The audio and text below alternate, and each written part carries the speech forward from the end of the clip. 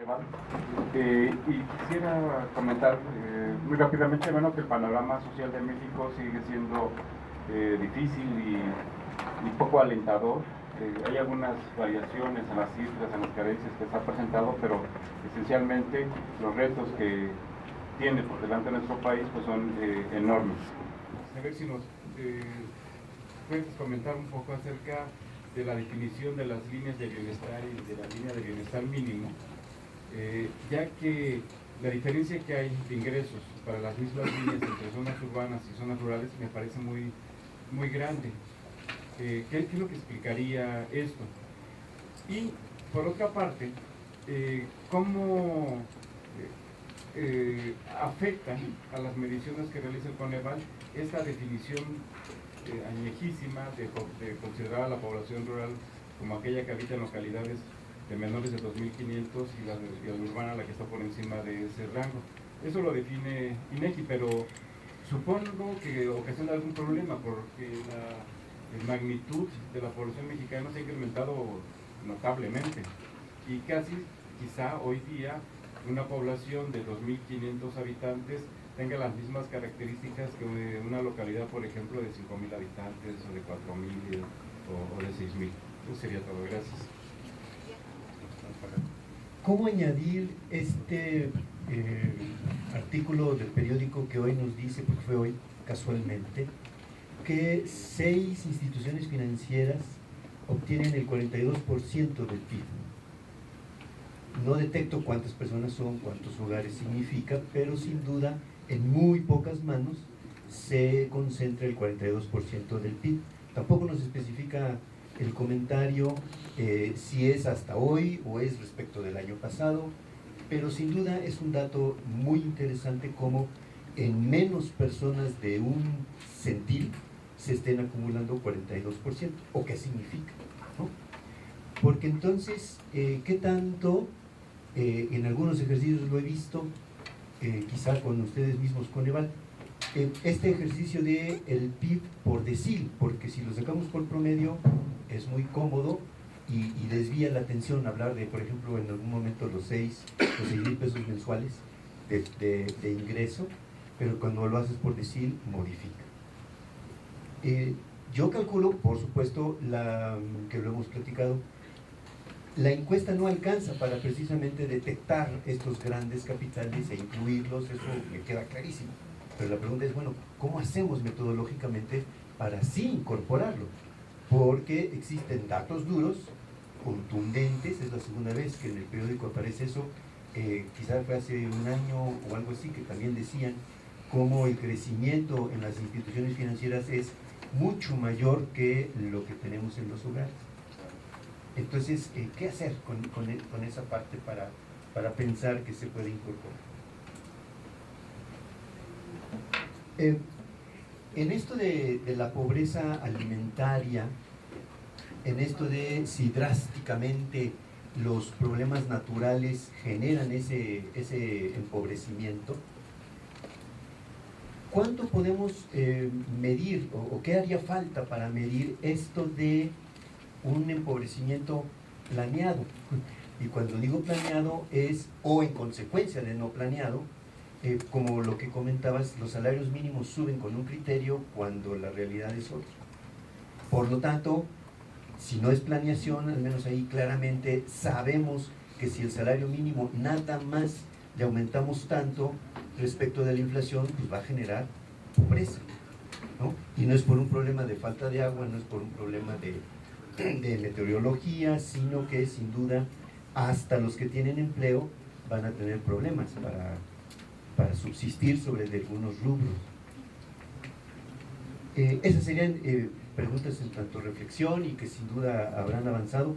Yo creo que esta oportunidad que dio el manejo de lo multidimensional, hacer a un lado, sin menospreciarlo, pero bueno, hacer a un lado alimentaria, capacidad y patrimonial, dio un brinco, ¿no? Que lo platicamos en algún momento, cómo lo multidimensional abre la posibilidad de entender aquellas partes de lo vulnerable, ¿no? Ahorita no recuerdo el porcentaje del no pobre ni vulnerable, ahorita es 19.3, pero respecto a 2010 19.2. 19.9. En 2010 era 19.9. Entonces disminuyó 0.1% el no pobre y no vulnerable. Es un dato. Cosa que en tanto petición, ¿cuánto tendríamos que buscarle una gráfica? Esta, la de colores verde, el rojo, la pobreza, la normal, los no vulnerables, porque desvía un poco la atención esa gráfica. Yo entiendo que son, digamos, grupos de, pero en términos de área no reflejan lo que se intenta hacer con un histograma. El histograma se busca que el área misma sea el 100% y entonces las alturas te determinan esa representatividad por porcentaje. Si la tomamos ese rectángulo, el rectángulo no nos está diciendo el número, ¿no? Otra cosa que tampoco nos dice el rectángulo es ese corte de la pobreza, arriba de la cual, así como está en la gráfica, arriba de la cual está lo no vulnerable, lo no pobre, cuando muy probablemente el menor ingreso de ese no pobre, no vulnerable, está bastante por arriba de él, ¿no? Es decir, ¿qué hay que hacer? ¿Cómo construir esa gráfica para poder explicar más? Representar al estilo de lo que se pretende en un histograma esa parte. Y el cuarto movimiento que hago es de nuevo la petición. ¿Qué ha pasado con la pobreza, 3 pobrezas en 2010-2012, alimentaria, capacidades patrimonial, a nivel municipal, ¿no? Al municipal. En 2012 no lo vamos a poder hacer porque nos falta el censo. Bueno, no lo van a poder hacer porque tampoco conocemos totalmente la metodología. Pero lo de 2010 todavía no lo he localizado, o a lo mejor me pierdo en los links. Pero ese análisis de lo municipal por 3 pobrezas también resulta útil. Y después Israel, le damos espacio a primero a Abelardo, después tú, Israel, y le damos espacio a Gonzalo y hacemos una segunda ronda. Bueno, después de reconocer la excelente y muy clara y crítica presentación de Gonzalo, algo que mencionaste, Gonzalo, del sesgo mismo de los estimadores de las carencias, creo que es muy bueno reconocerlo, pero también habría que ver de qué manera Coneval lo está enfrentando, ¿no? A mí me parece que al menos hay cuatro estimadores que tienen un sesgo muy fuerte, ¿no? Uno obviamente es la afiliación a Seguro Popular, que el mismo Miquel Arriola reconoció que no era acceso, para nada no era acceso, ni siquiera acceso a mala calidad, ni siquiera acceso absoluto a servicios de salud, ¿no? Es decir, el Seguro Popular fue afiliar por decreto a mucha población sin que exista ninguna condición. Tú mismo lo has reconocido, pero la pregunta sería ¿en qué medida Coneval piensa estimar ese sesgo? Yo creo que uno de los elementos centrales de un estudio, sobre todo de esta importancia y trascendencia, es tener la estimación del sesgo del indicador que estamos usando, si no estamos navegando en una incertidumbre muy grande, ¿no? El otro obviamente es el acceso a la educación, ¿no? La calidad de educación en las zonas pobres en muchos casos equivale a no tener acceso a la educación, ¿no? Si nosotros evaluamos qué capacidades ha adquirido un alumno de sexto de primaria en la zona Mazagua, por ejemplo, y se han hecho estudios al respecto, pues vemos que es prácticamente igual que si no hubiera tenido acceso a la educación. Entonces ahí hay otro sesgo tremendamente importante que también hay que cuantificar. Otro sesgo es el de seguridad alimentaria, que realmente es percepción de seguridad alimentaria con todos los sesgos que puede tener y todas las variaciones que puede tener dependiendo del área geográfica, de la cultura, el nivel educativo de la población, medio urbano, rural, etcétera, ¿no? Entonces, aplicar el mismo cuestionario, la misma escala homologada en contextos tan diferentes, también nos da un sesgo de gran importancia. Y el otro es el de las transferencias que se asimila al gasto corriente, las transferencias gubernamentales. Al menos también en los estudios de campo que hemos hecho, ya muchas de esas transferencias, a diferencia de las primeras evaluaciones que se hicieron cuando se había destino de uso de transferencias en las primeras etapas de progreso de oportunidades, en la actualidad muchas de las transferencias se gastan en el entorno inmediato al sitio de pago, en alimentos chatarra, productos pirata, inclusive consumo de alcohol, etcétera, que de ninguna manera van a traducirse en bienestar, en derechos, y eso creo que es crucial cuando estamos hablando de un indicador que tiene un enfoque de derechos. Entonces la pregunta concreta es, ¿de qué manera concreta piensa Coneval poder medir el sesgo de estos y otros indicadores? Creo que todos tienen algún grado de sesgo, pero fundamentalmente estos cuatro son de un sesgo mayor, que yo creo que si se estimara nos estaría dando que la pobreza multidimensional, real, objetiva, como acceso efectivo a derechos, es notablemente mayor que la que revelan los datos. Gracias. Michelle, cerramos la primera ronda contigo. Gracias. Gonzalo, muchas gracias por tu presentación.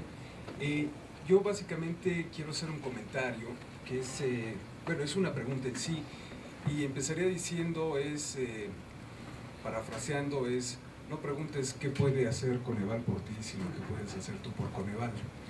El sentido es este. El sentido es este. Tenemos aquí en tu presentación muchos estudiantes, y lo que siempre nos preguntan es, bueno, ¿y qué falta por hacer? Entonces nosotros siempre decimos, bueno, en términos de medición de pobreza, de estudios de pobreza, hay mucho por hacer. En términos de pobreza multidimensional hay todavía mucho que estudiar, y en parte, digamos, parte de la agenda que nosotros hemos identificado tiene que ver con la descomposición de los indicadores. Por ejemplo, Nayarit tiene un movimiento en el índice de calidad de la vivienda de 24%. ¿A qué se debe? ¿Qué es lo que está allá adentro? Una parte también muy importante de medición de la pobreza tiene que ver cuándo vamos a pasar ya de la medición y empezar a ver la pobreza como un fenómeno dinámico, estos movimientos que tenemos que ver.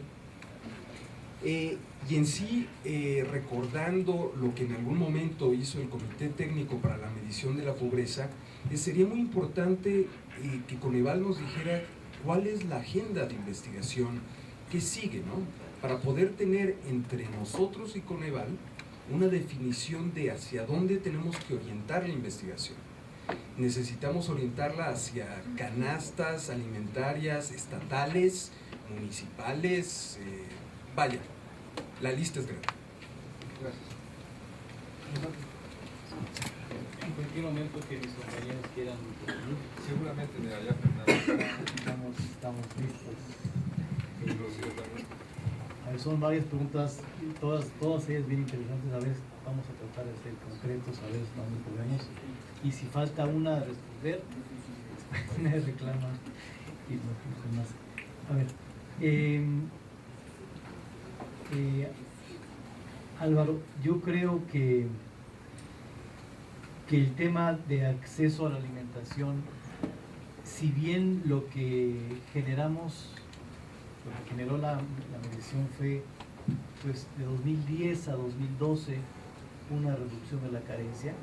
Si tú ves 2008-2012 es un incremento de la carencia que llega a 27 millones de personas en México. O sea, es un chorro es una problemática bien grande, yo creo, ¿no? Digo, es una problemática de las más complicadas del país, y que sigue diciendo que la población percibe,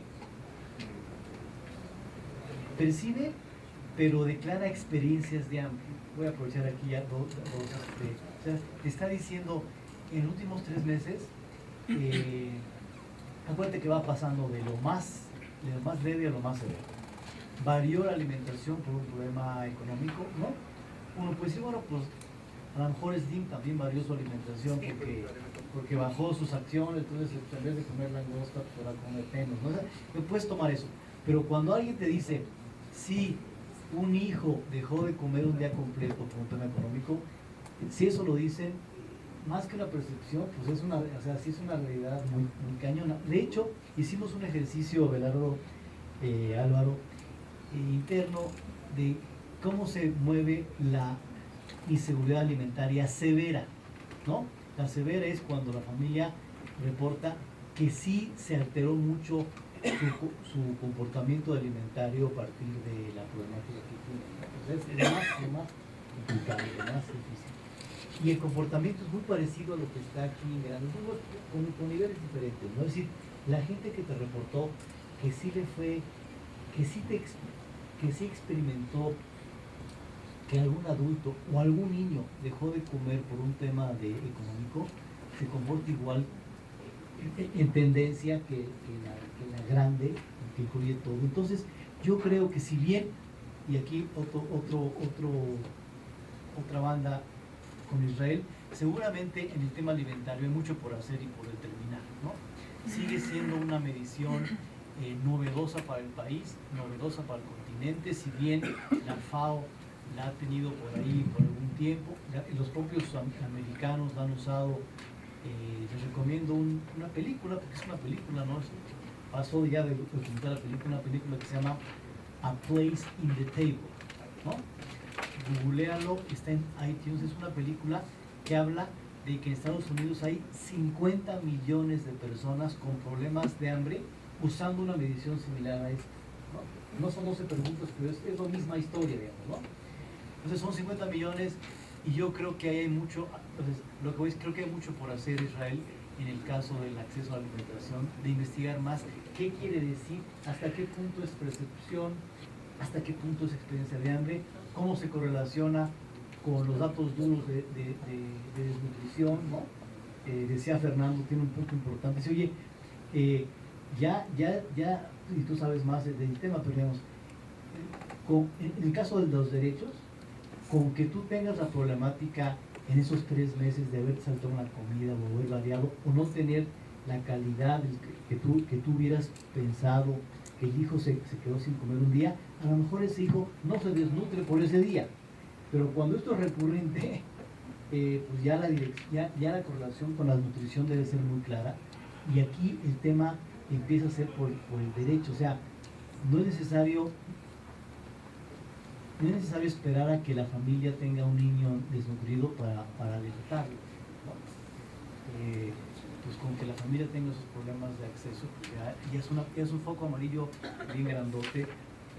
Entonces así lo veo. Yo creo que la migración, pasando a otro tema, es otra área de mucha análisis que el Coneval no hemos tenido, ¿no? En el caso de los indígenas, como es una encuesta de hogares y el censo se va a hogares, se levantan los hogares donde está la población. Si la población indígena está en Chiapas, en la Tarahumara o en la Ciudad de México, se toma como población indígena. Lo que no sabemos con claridad es el efecto de la migración. Me decía Agustina Escobar, la pobreza aumentó